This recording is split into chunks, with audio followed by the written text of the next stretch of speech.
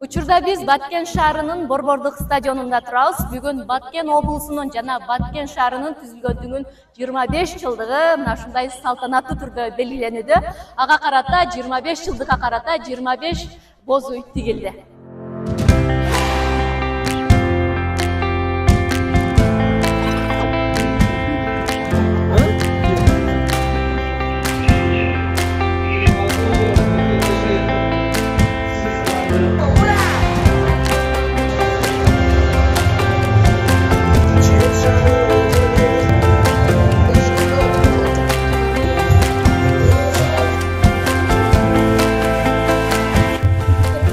Учурдан пайдаланып, Баткен облусунун бардык тургундарын, ошондой эле меймандарын 25 жылдыгы менен куттуктайбыз.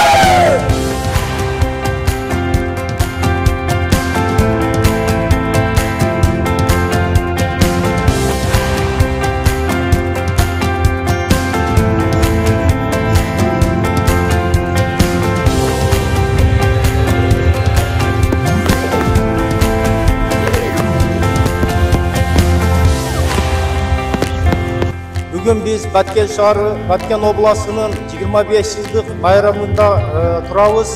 Бардығыңыздардың байрамыңыздар менен заманыбыз тынч болсын. Дагы бир жолу байрамыңыздар менен куттуктайбыз.